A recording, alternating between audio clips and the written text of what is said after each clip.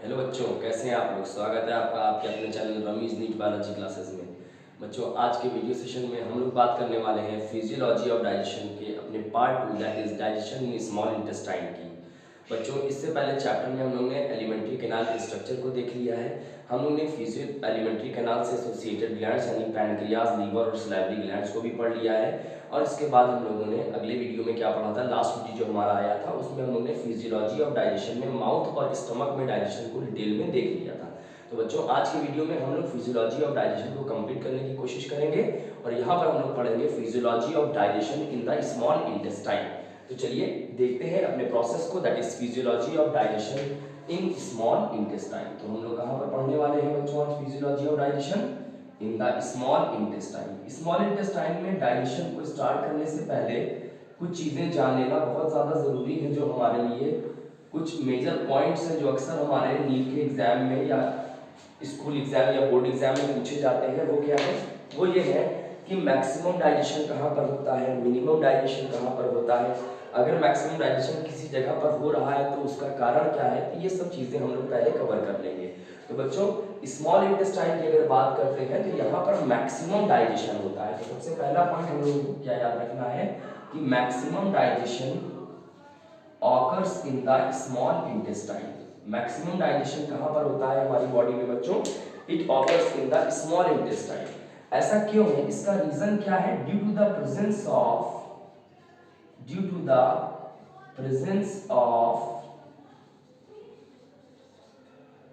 3 digestive juices. क्योंकि बच्चों यहाँ पर 3 डाइजेस्टिव जूसेस काम करते हैं। वो 3 डाइजेस्टिव जूसेस कौन कौन से हैं, they are the juice from the liver that is bile juice. Liver से निकलने वाला बच्चों जो बाइल जूस है वो भी यहीं पर काम करता है। दूसरा, हमारे पैनक्रियाज से निकलने वाला जो हमारा पैनक्रियाटिक जूस है वो भी यहीं पर काम करता है। और बच्चों, हमारी स्मॉल इंटेस्टाइन का अपना खुद का जूस जो है, जिसको हम लोग सकस एंटेरिकस भी कहते हैं या फिर इंटेस्टाइनल जूस भी कहते हैं, ये भी यहीं पर काम करता है। तो ये कारण है कि यहाँ पर क्या होता है, मैक्सिमम डाइजेशन होता है। अगर हम इन तीनों के ऑर्डर ऑफ सिक्रीशन की बात करें कि किस ऑर्डर में इनका सिक्रीशन होता है, तो उसको हम लोग अगर देखें तो इस तरह से हम लोग अरेंज कर सकते हैं, या ऑर्डर ऑफ सिक्रीशन याद रखें।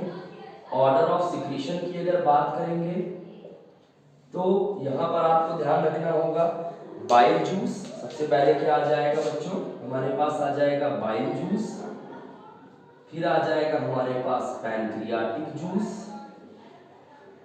और फिर कौन सा आ जाएगा बच्चों, that is our intestinal juice. कौन सा आ जाएगा फिर, इंटेस्टाइनल जूस आ जाएगा। तो ये ऑर्डर ऑफ सिक्रीशन आपको याद रखना होगा। अब हम लोग बच्चों एक एक करके क्या पढ़ने की कोशिश करते हैं, बाइल जूस, पैनक्रियाटिक जूस और इंटेस्टाइनल जूस के बारे में पढ़ेंगे। और उसके बाद हम लोग ये जूसेस में मौजूद जो डाइजेस्टिव एंजाइम्स हैं वो किस तरह से काम करते हैं हमारी स्मॉल इंटेस्टाइन में फूड के डाइजेशन में, उसको हम लोग देखने की कोशिश करेंगे। तो चलिए, सबसे पहली चीज जो हमारे पास आती है वो कौन सी आती है बेटा, that is our bile juice. सबसे पहले क्या आता है, सबसे पहले आता है हमारे पास बाइल जूस। बाइल जूस की अगर बात करते हैं बेटा तो ये अल्कलाइन होता है, ये स्लाइटली अल्कलाइन है। दैट इज इसकी पीएच की अगर हम लोग बात करें तो अप्रॉक्स 7.7 टू 7.8 के आसपास आप मान सकते हैं यहाँ पर। उसके बाद बाइल जूस क्या होता है, ये कहाँ से निकलता है, it is secreted by liver. ये कहाँ से निकलता है बच्चों, लीवर के जो हिपैटिक सेल्स हैं, हमारे लीवर में मिलने वाले जो हिपैटिक सेल्स हैं वो किसका सिक्रीशन करते हैं बच्चों, वही बाइल जूस का सिक्रीशन करते हैं। बाइल जूस की 3 खास बातें जो हमको ध्यान रखनी है वो ये है कि हमारा बाइल जूस जो है निकलता लीवर से है, इसका कंसंट्रेशन कहाँ पर होता है, गॉल ब्लैडर में, स्टोरेज भी गॉल ब्लैडर में होता है, और ये काम कहाँ पर करता है, ड्यूडेनम ऑफ स्मॉल इंटेस्टाइन में। तो our bile juice is secreted by liver, it is stored and concentrated in the gall bladder, इसका स्टोरेज और कॉन्सेंट्रेशन कहाँ पर होता है बेटा, गॉल ब्लैडर में होता है। एंड इट वर्क्स या फिर it functions in the duodenum of small intestine, और ये काम कहाँ पर करता है, स्मॉल इंटेस्टाइन के डियोडिनम में ये वर्क करता है। ठीक है, आई होप इतनी बात आपको समझ में आ गई होगी। बाइल जूस की खास बात यह है बेटा कि बाइल जूस का जो सिक्रीशन है वो डिपेंड करता है amount of fat in the meal पे, यानी आपने खाने में जितना भी फैट खाया है उस हिसाब से बाइल जूस का सिक्रीशन होगा। ठीक है, तो ये बात आपके लिए इंपॉर्टेंट है कि amount of bile juice is directly proportional to the amount of fat in the meal। खाने में फैट कितना है इस पर डिपेंड करेगा बेटा बाइल जूस का अमाउंट कितना रहेगा, किस बात पर ये डिपेंड करता है। तो ये बात आपके लिए बहुत ज्यादा इंपॉर्टेंट है। अगर आप खाने में फैट ज्यादा ले रहे हैं तो बाइल जूस का भी सिक्रीशन ज्यादा होगा। क्यों, इसका रीजन क्या है, क्योंकि बाइल जूस जो है हमारा, इसका मेन फंक्शन जो है ये क्या करता है, इमल्सिफिकेशन ऑफ फैट। ये क्या करता है, इमल्सिफिकेशन ऑफ फैट करता है। इमल्सिफिकेशन का मतलब होता है बच्चों फैट के बड़े टुकड़ों को, यानी लार्जर फैट ग्लोब्यूल्स को स्मॉलर फैट ग्लोब्यूल्स में तोड़ देना। फैट के बड़े टुकड़ों को फैट के छोटे टुकड़ों में तोड़ देना। जैसे ये बड़ा सा टुकड़ा है तो ये क्या कर देगा, इसको छोटे छोटे टुकड़ों में तोड़ देगा। ये किसका फंक्शन हो जाता है बच्चों, ये बाइल जूस का फंक्शन होता है। ठीक है, इन स्मॉलर फैट ग्लोब्यूल्स को हम लोग बच्चों माइसिलीज भी कह देते हैं। ठीक है, तो इतनी बात आई होप आपको समझ में आ गई होगी। अब अगर हम लोग बाइल जूस के कॉम्पोजिशन की बात करें, यानी बाइल जूस किन किन चीजों से मिलकर के बना है, तो उसको देखने की कोशिश करते हैं। तो मैं यहीं पर बता देता हूँ। ठीक है, कि बाइल जूस जब हम लोग देखेंगे तो बाइल जूस में दो चीजें मिलती हैं बेटा। एक होते हैं हमारे बाइल पिगमेंट्स, जो मेन चीजें हैं बाइल पिगमेंट्स होते हैं, और यहाँ पर क्या होता है बच्चों, बाइल सॉल्ट्स होते हैं। क्या होते हैं, बाइल पिगमेंट्स होते हैं, और क्या होता है यहाँ पर बेटा, बाइल सॉल्ट्स होते हैं। ठीक है, अच्छा, तो ये बाइल पिगमेंट्स की अगर बात करें तो बाइल पिगमेंट्स दो होते हैं। कौन कौन से, एक होता है हमारे पास बाइलिरुबिन और दूसरा होता है बाइलिवर्डिन। और ये बाइलिरुबिन और बाइलिवर्डिन जो है ये येलोइश कलर के पिगमेंट होते हैं, और ये बनते कैसे हैं, they are basically formed by the breakdown of haemoglobin. They are formed by the breakdown of hemoglobin। ये हेमोग्लोबिन के टूटने से बनते हैं। तो अगर हेमोग्लोबिन ज्यादा, अगर बाइल पिगमेंट ज्यादा पाए जा रहे हैं बॉडी में, तो इसका मतलब हीमोग्लोबिन ज्यादा टूट रहा है। ठीक है, तो ये बात आप जरूर याद रखेंगे। और यदि बाइलिरुबिन और बाइलिवर्डिन की कंसंट्रेशन यदि एक क्रिटिकल लेवल से ज्यादा बढ़ जाती है तो यहाँ पर जो बीमारी होती है उसको हम लोग जॉन्डिस कहते हैं। क्या कहते हैं, जॉन्डिस, यानी पीलिया कहते हैं इसको। उसके बाद बाइल सॉल्ट्स की बात करते हैं। बाइल सॉल्ट्स देखेंगे तो दो तरह के सॉल्ट्स होंगे यहाँ पर। एक होते हैं बच्चों इनऑर्गेनिक सॉल्ट्स, और दूसरे होते हैं हमारे पास ऑर्गेनिक सॉल्ट्स। इनऑर्गेनिक सॉल्ट में मेनली हम लोग याद रखें सोडियम बाइकार्बोनेट NaHCO3 जिसे हम लोग कहते हैं। इनऑर्गेनिक में क्या आ जाएगा हमारे पास, NaHCO3, और यही क्या करता है, हमारे बाइल जूस के pH को एल्कलाइन बना करके रखता है। It makes the alkaline pH, जो हमारा अभी हम लोग ने क्या देखा, जो अप्रोक्सीमेटली 7.7 टू 7.8 के आसपास, थोड़ा सा बेसिक या थोड़ा सा अल्कलाइन होता है। ऑर्गेनिक में दो सॉल्ट्स आते हैं बच्चों, एक होते हैं हमारे ग्लाइकोकोलेट और दूसरे होते हैं टोरोकोलेट, TAUROCHOLATE, टोरोकोलेट। ग्लाइकोकोलेट दो तरह के, एक है हमारे पास sodium glycocholate, G for glycocholate मैं मान रहा हूं, और दूसरा है बच्चों पोटेशियम ग्लाइकोकोलेट, इसी तरह से टॉरोकोलेट भी दो हैं, एक सोडियम टॉरोकोलेट और दूसरा पोटेशियम टॉरोकोलेट। इसके साथ साथ यहाँ पर बच्चों फॉस्फोलिपिड्स भी पाए जाते हैं और कोलेस्ट्रॉल भी पाया जाता है, तो ये भी हम लोग याद रखेंगे। यहाँ पर क्या होता है, ये एनसीईआरटी में दिए हैं शब्द, ये आपको याद रखने हैं, फॉस्फोलिपिड्स और कोलेस्ट्रॉल भी यहाँ पर क्या होता है, पाया जाता है। ठीक है, तो बाइल पिगमेंट्स एनसीईआरटी में है, बाइल सॉल्ट्स है, फॉस्फोलिपिड और कोलेस्ट्रॉल, ये एनसीईआरटी में। ये वाला पोर्शन थोड़ा सा एनसीईआरटी में नहीं है, लेकिन अगर आप याद रखेंगे then it will be very beneficial for you. At least आप इतना तो याद ही रखें जितना एनसीईआरटी में दिया हुआ है।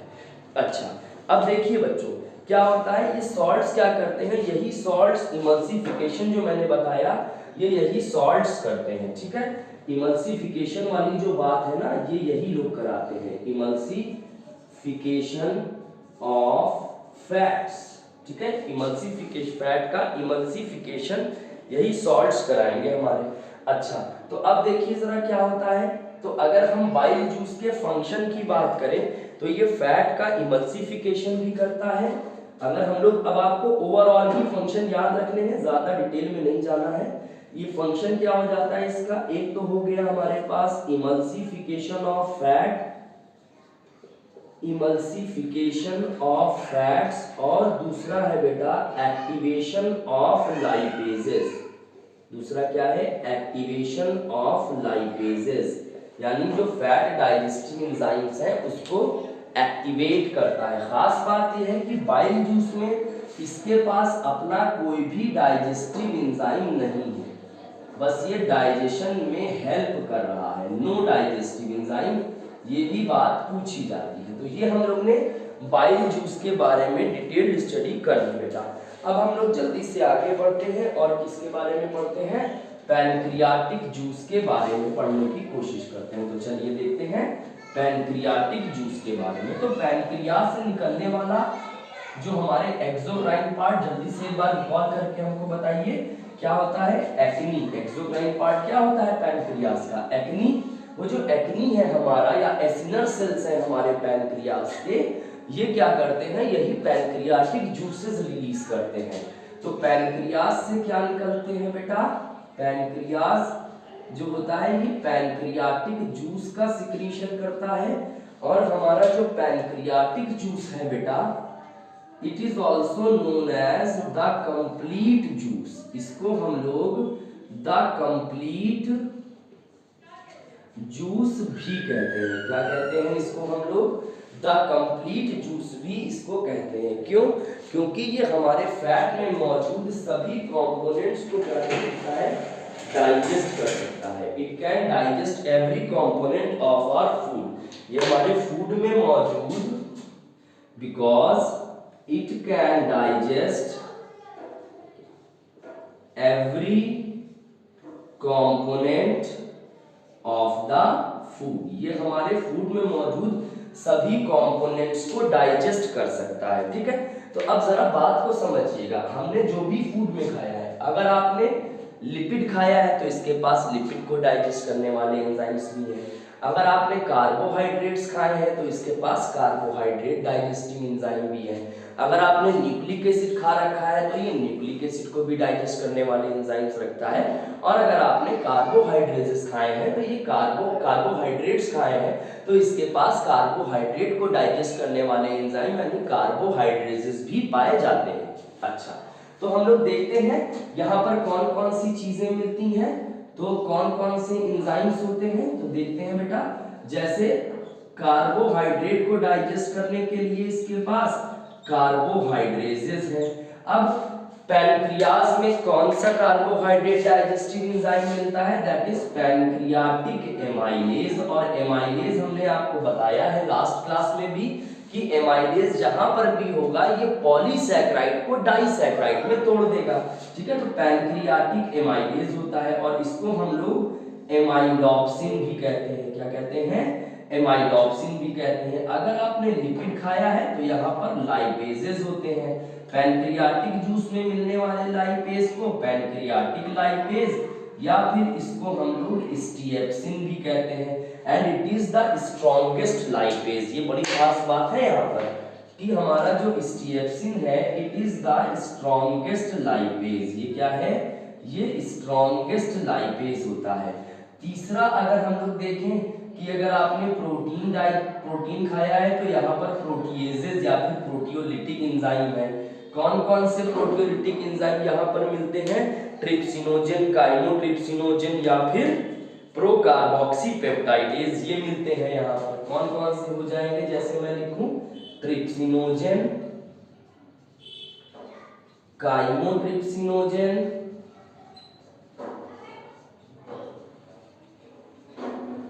एंड प्रोकार्बोक्सीपेप्टाइडेज क्या होते हैं? इस पेन को मैं रख देता हूँ, अच्छा चल रहा है।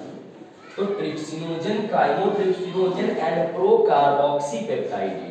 ठीक है। अब एक खास बात ये है बेटा कि किसी भी एंजाइम के एंड में अगर ओजेन लगा हुआ है या फिर शुरू में प्रो लगा हुआ है तो इसका मतलब होता है कि वो इनएक्टिवेटेड फॉर्म है। वो कौन सा फॉर्म है बेटा? That is the inactivated form. ठीक है। तो अब यहाँ पर ट्रिप्सिनोजेन जो इनएक्टिव है, ट्रिप्सिनोजेन का एक्टिव फॉर्म क्या होगा? ट्रिप्सिन होगा। क्या होगा? ट्रिप्सिन। तो ये ओजेन को हटाने का काम कौन करेगा? एंटेरोकाइनेज। ये आप कहेंगे एंटेरोकाइनेज कहां से आ गया? ये बच्चों स्मॉल इंटेस्टाइन का अपना डाइजेस्टिव जूस में मिलने वाला एंजाइम है। तो ये इंटेस्टाइनल जूस का है।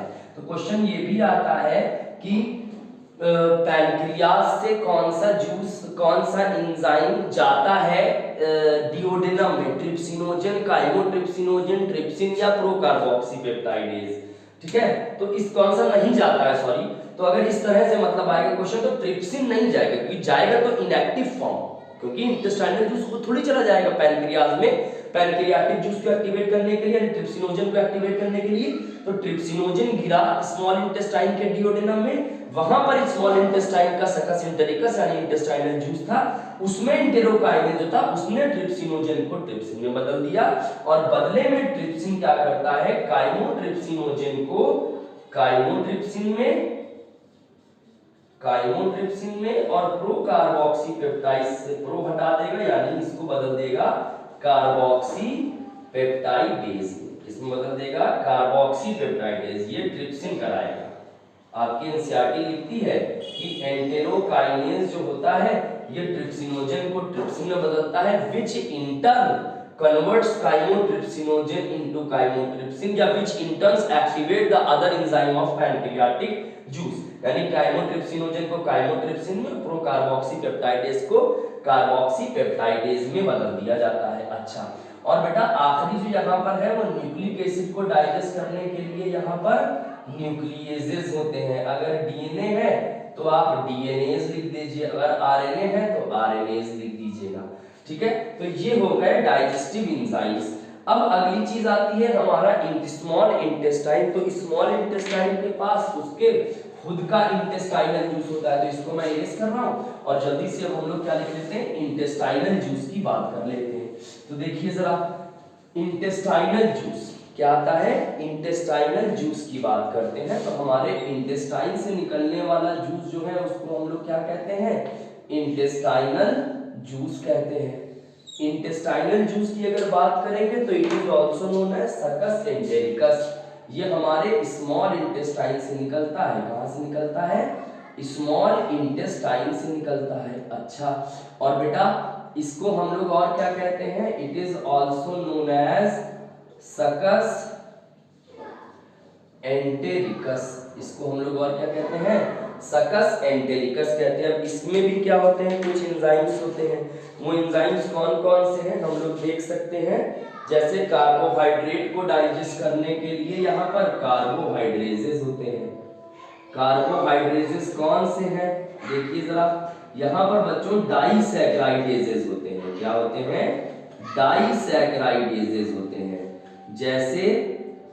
जैसे हम कहें कि माल्टोज को डाइजेस्ट करने के लिए माल्टेज है, सुक्रोज को डाइजेस्ट करने के लिए सुक्रेज है और लैक्टोज को डाइजेस्ट करने के लिए लैक्टेज है। तो ये डाइसैकराइडेज क्या करते हैं? ये डाइसैकराइड को मोनोसैकराइड में बदलते हैं और एमाइलेज क्या करते हैं? ये पॉलीसैकराइड्स को डाइसैकराइड्स में बदलते हैं। दूसरा फैट को डाइजेस्ट करने के लिए यानी लिपिड्स को डाइजेस्ट करने के लिए लाइपेज हो जाएगा, है ना। तो यहाँ पर कौन सा लाइपेज होगा, इंटेस्टाइनल जूस का है तो इंटेस्टाइनल लाइपेज हो जाएगा। यहाँ पर कौन से प्रोटियोलिटिक एंजाइम्स हैं, यानी प्रोटीएजेस है। प्रोटीएजेस की बात करेंगे तो यहाँ पर एंटेरोकाइनेज है, डाइपेप्टाइडेज है। कौन कौन से हैं, एक हमने देखा एंटेरोकाइनेज है, दूसरा कौन सा है, डाइपेप्टाइडेज है। ये दोनों हमारी एनसीईआरटी में डिस्कस है। एक और होता है यहाँ पर बच्चों इरेप्सिन, ये भी प्रोटीन डाइजेस्टिव है। तो एंटेरोकाइनेज और डाइपेप्टाइडेज एनसीईआरटी ने लिखा हुआ है, ठीक है। अब देखिए, और तीसरा यहाँ पर आता है कौन सा, चौथा आता है न्यूक्लिक एसिड। न्यूक्लिक एसिड में कौन सा है यहाँ पर, न्यूक्लियोसाइडेज है बेटा। कौन सा है, न्यूक्लियोसाइडेज एंजाइम है। कौन सा हो जाता है हमारे पास, न्यूक्लियोसाइडेज एंजाइम हो जाता है। अब ये निकलता कहाँ से है इंटेस्टाइनल जूस, स्मॉल इंटेस्टाइन से। अच्छा, ये आप जरूर लिखिए, आपकी एनसीईआरटी लिखती है कि ये सिक्रीशन है किसका, goblet cell of small intestine का और brush border cell of intestinal mucosa का। ये किसके, ये एनसीईआरटी ने बहुत अच्छे से लिखा है, हम लोग इसको इग्नोर कर देते हैं। ये किसका है, it is the secretion of goblet cells. ये हमारी स्मॉल इंटेस्टाइन में गोबलेट सेल्स का सिक्रीशन है, प्लस दूसरा कौन सा हो जाएगा बेटा, brush bordered cells of intestinal mucosa plus brush bordered. बेटा ये जरूर याद रखिएगा, यही चीजें हम लोग छोड़ के आगे बढ़ते हैं तो यही प्रॉब्लम हो जाती है। Brush bordered cells of intestinal mucosa, brush bordered cells of intestinal mucosa. इतनी बात हो गई, आई होप इतना समझ में आ गया होगा आपको। तो ये इतने सारे डाइजेस्टिव एंजाइम्स यहाँ पर क्या करते हैं, काम कर रहे होते हैं, ठीक है। अब हम लोग जब आगे बढ़ते हैं बेटा तो डाइजेशन इन स्मॉल इंटेस्टाइन की बात करते हैं। तो एक एक करके यहाँ पर बात करेंगे। अब जैसे हमने आपको बताया था, फूड को माउथ में हम लोग क्या कहते थे, बोलस कहते थे, फूड को स्टमक में काइम कहते थे। तो यहाँ पर फूड इन स्मॉल इंटेस्टाइन, यहाँ पर इसको काइल कहते हैं, CHYLE काइल। तो जहां से बोलते हो वहां बोलस, जहां पर स्टमक है, स्टमक में भी M है तो काइल में भी M है, स्मॉल इंटेस्टाइन में भी L है और काइल में भी L है। तो आप ऐसे इजीली याद रख सकते हैं। तो अब आगे बढ़ते हैं और समझने की कोशिश करते हैं फिजियोलॉजी ऑफ डाइजेशन कैसे होती है हमारे स्मॉल इंटेस्टाइन में। चलिए देखते हैं। तो सबसे पहले हम लोग प्रोटीन को ले लेते हैं। तो जैसे हमने स्टमक में देखा प्रोटीन, पेप्टोन और प्रोटियोजेस वगैरह थे, क्या थे वहां पर, प्रोटीन थे, पेप्टोन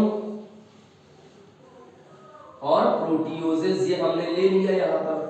अब इस पर आप पैनक्रियाटिक जूस से निकलने वाले इस पर किसका काम कराइए, पैनक्रियाटिक प्रोटीएजेस का, यानी ट्रिप्सिन, ट्रिप्सिन आपके एनसीईआरटी में लिखा है। दूसरा काइमोट्रिप्सिन, काइमोट्रिप्सिन और तीसरा हो गया कार्बोक्सी पेप्टाइडेज, कार्बोक्सी पेप्टाइडेज। ये इनको किस में बदल देगा बेटा, डाइपेप्टाइड्स में बदल देगा। किस में बदल देगा, ये डाइपेप्टाइड्स में बदल देगा। अच्छा, और बेटा अब डाइपेप्टाइड पर किसका काम करा दो, जल्दी से डाइपेप्टाइडेज का काम करा दो।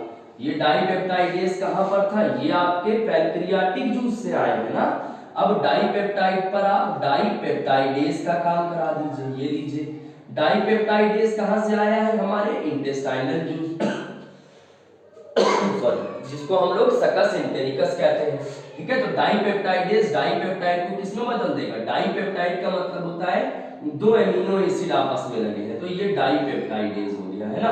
तो अब यहाँ पर दोनों एमिनो एसिड क्या हो गए, अलग हो गए। तो ये लीजिए, प्रोटीन डाइजेशन कंप्लीट हो गया आपका, ठीक है। अब अगर आगे बढ़ते हैं तो क्या हो जाएगा, अब हम लोग कार्बोहाइड्रेट का देखते हैं। जैसे पॉलीसैकेराइड आया, क्या आया हमारे पास, पॉलीसैकेराइड आया। तो भाई पॉलीसैकेराइड पर कौन काम करता है बताइए हमेशा, एमाइलेज। और इंटेस्टाइन से एमाइलेज निकला नहीं, बाइल में कोई डाइजेस्टिव एंजाइम होता नहीं, तो कौन सा एमाइलेज बचा, पैनक्रियाटिक एमाइलेज बचा। तो ये पैनक्रियाटिक एमाइलेज पॉली को किस में बदल देगा, डाइसैकेराइड में बदल देगा। ये लीजिए, और थोड़ा बहुत डाइसैकेराइड तो माउथ से भी आया था, माल्टोज वगैरह, है ना। तो अब डाइसैकेराइड पर किसका काम कराइए, डाइसैकेराइडेज का काम करा दीजिए। अब यदि बेटा डाइसैकेराइड पर आप डाइसैकेराइडेज का काम कराएंगे, डाइसैकेराइडेज का काम कराएंगे तो इसको किसमें बदल देगा, ये मोनोसैकेराइड में बदल देगा। देखिए कैसे बदलेगा। और डाइसैकेराइडेज किसमें है, डाइसैकेराइडेज आपके इंटेस्टाइनल जूस में है। ये कहां से आएगा, सकस इंटेरिकस से, इंटेस्टाइनल जूस से। अब अगर डाइसैकेराइड हमारा माल्टोज है तो माल्टोज पर आप काम कराइए माल्टेज का, माल्टेज का काम करा दीजिए। और माल्टेज में क्या होता है, ग्लूकोज प्लस ग्लूकोज। अगर ये सुक्रोज है डाइसैकेराइड तो इस पर किसका काम करा दीजिए, सुक्रेज का काम करा दीजिए। और किसमें बदल देगा, ग्लूकोज प्लस फ्रक्टोज में। और अगर ये लैक्टोज है बेटा तो लैक्टोज पर किसका काम करा दीजिए, लैक्टेज का काम करा दीजिए। ये इसको बदल देगा ग्लूकोज प्लस गैलेक्टोज में। खत्म हो गई बात। लैक्टोज को मिल्क शुगर भी कहते हैं, लैक्टोज को क्या कहते हैं, मिल्क शुगर भी हम लोग कहते हैं। तो ये उड़ लीजिए, ये खत्म हो गया पॉलीसैकेराइड यानी कार्बोहाइड्रेट का डाइजेशन। एनसीईआरटी में सब एक्चुअल में अलग अलग लिखा है तो वो गड़बड़ होता है कि पहले उन्होंने आधा प्रोटीन बताया, फिर वो पॉलीसैकेराइड को बताने लगे, फिर वो लिपिड का, फिर वापस आए डाइपेप्टाइड को लेकर के। तो हमसे क्या मतलब, हम लोग एक साथ पढ़ लेंगे, हमको पता है कहां से कौन सा एंजाइम निकल रहा है, ठीक है। तो ये पैनक्रियाटिक एमाइलेज, एमाइलोक्सिन है, पैनक्रियास से आ रहा है। अब देखिए लिपिड का काम कराइए, है ना, लिपिड का काम करा देते हैं जल्दी से, लिपिड का डाइजेशन करा देते हैं, इसको हटा दें। तो अब देखिए जरा क्या होता है, लिपिड पे हमको पता है कि लिपिड को पहले छोटे टुकड़ों में तोड़ दिया गया, इमल्सिफिकेशन बाय यूज में करा दिया है।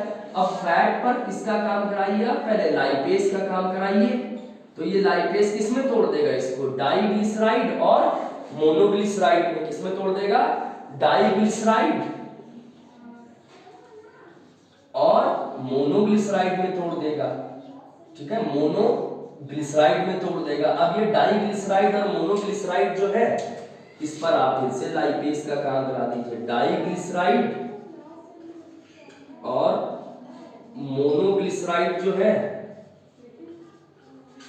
इस पर काम कराइए लाइपेज का।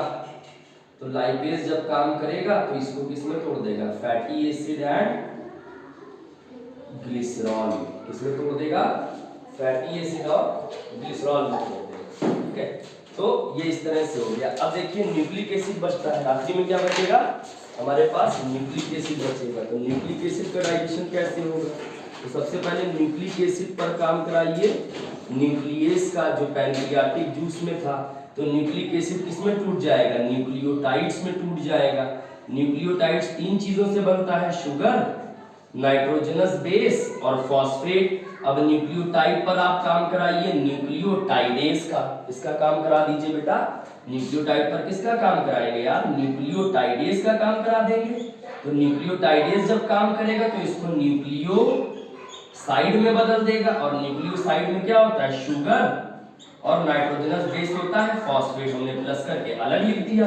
अब न्यूक्लियोसाइड पर स्मॉल इंटेस्टाइन में से निकला हुआ जूस, इंटेस्टाइनल जूस में जो न्यूक्लियोसाइडेज था उसका काम करा दीजिए। तो बेटा ये न्यूक्लियोसाइडेज क्या करेगा, ये न्यूक्लियोसाइड में दो चीजें बची थी, शुगर को अलग कर दिया, नाइट्रोजनस बेस को अलग कर दिया, खत्म हो गई बात। तो जो आपने प्रोटीन खाया उससे अमीनो एसिड मिल गए, जो पॉलीसैकेराइड यानी कार्बोहाइड्रेट खाए उसमें आपको मोनोसैकेराइड मिल गए, जो लिपिड खाया उसमें फैटी एसिड और ग्लिसरॉल अलग अलग हो गया, और जो आपने न्यूक्लिक एसिड खाया उसमें न्यूक्लियोटाइड पहले टूटा, फिर शुगर अलग, फॉस्फेट अलग, नाइट्रोजनस बेस अलग। तो बॉडी को सब कुछ सिंपलेस्ट फॉर्म में मिल गया। अब बॉडी इसको भेज देगी कहां पर, ब्लड में भेज देगी, और इसी सिंपल एब्जॉर्बेबल फॉर्म को का ब्लड में जाना एब्जॉर्प्शन कहलाता है। उसको हम लोग अगली वीडियो में करने की कोशिश करेंगे। तो बच्चों इस तरह से हम लोग ने फिजियोलॉजी ऑफ डाइजेशन को कंप्लीट कर लिया। आपको वीडियो कैसा लगा कमेंट बॉक्स में जरूर बताइए, और इसको अपने फ्रेंड्स में जरूर शेयर कीजिए, बिकॉज जब तक आप शेयर नहीं करेंगे तब तक चैनल और हमारी दोनों की ग्रोथ नहीं होगी, और हम सबकी ग्रोथ थोड़ा धीरे धीरे होगी। चलिए आज के लिए बस इतना ही रखते हैं, बाकी हम लोग मिलते हैं अगले वीडियो में। तब तक के लिए टेक केयर, गुड नाइट।